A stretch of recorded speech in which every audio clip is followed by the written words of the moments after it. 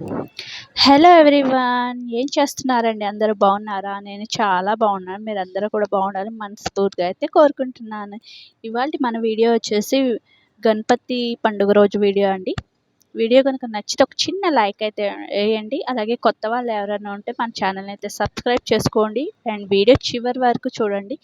Video నచ్చితే ఒక చిన్న లైక్ అయితే వేయండి. అండ్ ఫ్రెండ్స్ అండ్ ఫ్యామిలీకి అయితే మన ఛానల్ లింక్ అయితే షేర్ చేయండి. అండ్ ఇక్కడ వచ్చేసి నేనైతే బయటంతా కడిగేసాను. ఆ తర్వాత అయితే ముగ్గు అయితే పెడుతున్నాను. సింపుల్గా అయితే చిన్న ముగ్గు అయితే వేస్తున్నాను. కొంచెం మబ్బులు పట్టేస్తాయి, వర్షం వచ్చే విధంగా ఉంది. అందుకొచ్చేసి చిన్న ముగ్గు అయితే వేస్తున్నాను.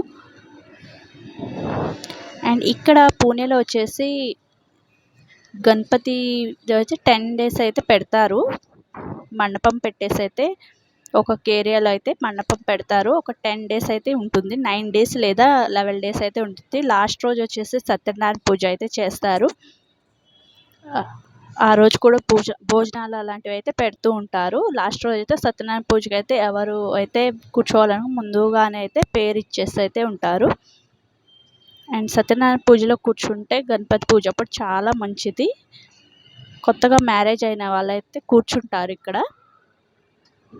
అండ్ నేను వచ్చేసి ఇక్కడైతే పాయసం అయితే చేస్తున్నాను. సన్న సేమియా ఉంటుంది కదా, ఆ సేమియాతో అయితే పాయసం అయితే చేస్తాను. పక్కన అయితే పాలు అయితే వేడి చేస్తున్నాను. ఇక్కడ వచ్చేసి ప్యాన్లో అయితే గీ అయితే వేసుకుని అందులో అయితే డ్రై ఫ్రూట్స్ అయితే ఫ్రై చేసుకుంటున్నాను. ఇక్కడ పూణేలో అయితే చాలా బాగా చేస్తారు. వినాయక మహోత్సవం అయితే చాలా బాగుంటుంది చూడడానికి.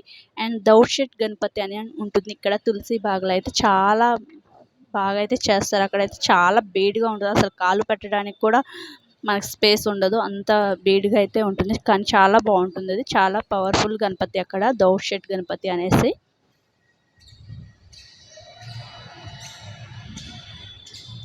అక్కడ మనం ఆ గుడికి వెళ్ళినప్పుడు ఏ కోరిక కోరుకున్నా కానీ ఖచ్చితంగా అయితే ఆ కోరిక అయితే నెరవేరుతుంది. చాలా పవర్ఫుల్. అందుకే వచ్చేసి ఎవ్రీ వెనస్డే అయితే అక్కడ పూజ చేస్తుంటారు. గణపతికి ప్రత్యేక పూజలు అయితే ఉంటాయి.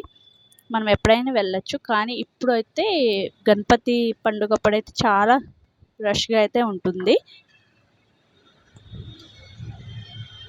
అండ్ ఇక్కడ వచ్చేసి నేను డ్రై ఫ్రూట్స్ తీసిన తర్వాత వచ్చేసి ఇక్కడ సేమియా ఉంటుంది కదా, బ్రౌన్ సేమియా. ఇది రోస్టెడే, కానీ మనం గీలో రోస్ట్ చేసుకుంటే ఇంకా టేస్ట్ చాలా బాగుంటుంది కదా. ఇవి కొంచెం పొడవుగా ఉంటాయి కాబట్టి ఇలా కొంచెం క్రష్ చేసినట్టు వేసేసుకుంటే మనకి తినడానికి కూడా వీలుగా ఉంటుంది. అలాగే మనం కొంచెం ఫ్రై చేసుకునేటప్పుడు మనకు కలుపుకోవడానికి కూడా బాగుంటుంది అనేసి కొంచెం ఇలా స్పూన్స్తో అయితే క్రష్ చేస్తున్నాను. ఇక్కడైతే పాలు అయితే వేడయ్యాయి. ఆ తర్వాత అయితే సేమియా కూడా వేసేసుకుని ఇప్పుడైతే మనకు తగినంత పంచదార అయితే వేసుకోవాలి. కొంచెం స్వీట్ అయితే తక్కువగానే వేస్తాను. అందరికీ కొంచెం జలుబు దగ్గు అలాంటివి ఉన్నాయి. కానీ ఇంకా పిల్లలు అడుగుతూ ఉంటారు కదా, పండగలు అంటే స్వీట్స్ అంటూ ఉండాలి కదా ఖచ్చితంగా. పిల్లలకి ఎక్కువగా పాయసం అంటే చాలా ఇష్టము. అందుకొచ్చి కొంచెం పంచదార అయితే తగ్గించి వేసాను. ఒక చిటికెడు సాల్ట్ కూడా వేస్తాను నేను. టేస్ట్ అయితే చాలా బాగుంటుంది అలా వేయడం వల్ల.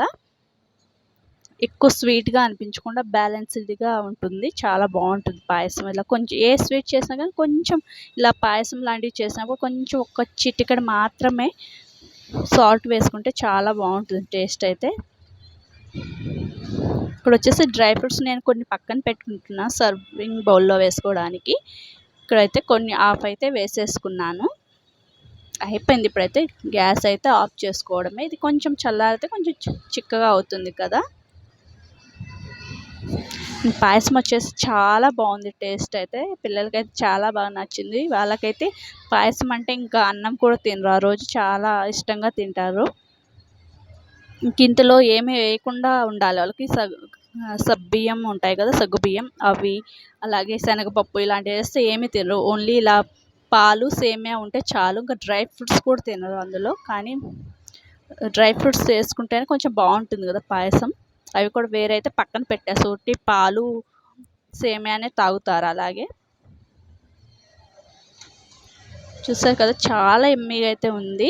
చాలా టేస్ట్గా అనిపించింది అయితే సేమియా అయితే. ఇక్కడ వచ్చేసి నేను ప్యాన్లో అయితే కొంచెం ఆయిల్ వేసుకొని పోపు దినుసులు 2 పచ్చిమిర్చి, ఒక ఆనియన్ అయితే కట్ చేసుకొని వేసుకున్నా. నైట్ అన్నం అయితే మిగిలిపోయింది. అదే అయితే ఫ్రై చేసుకుంటున్నా. బాక్స్ కోసం అయితే పులిహోర లాగా అయితే కలిపేసుకుంటున్నా. ఇలా సింపుల్గా చేసుకుంటే చాలా బాగుంటుంది టేస్ట్ అయితే.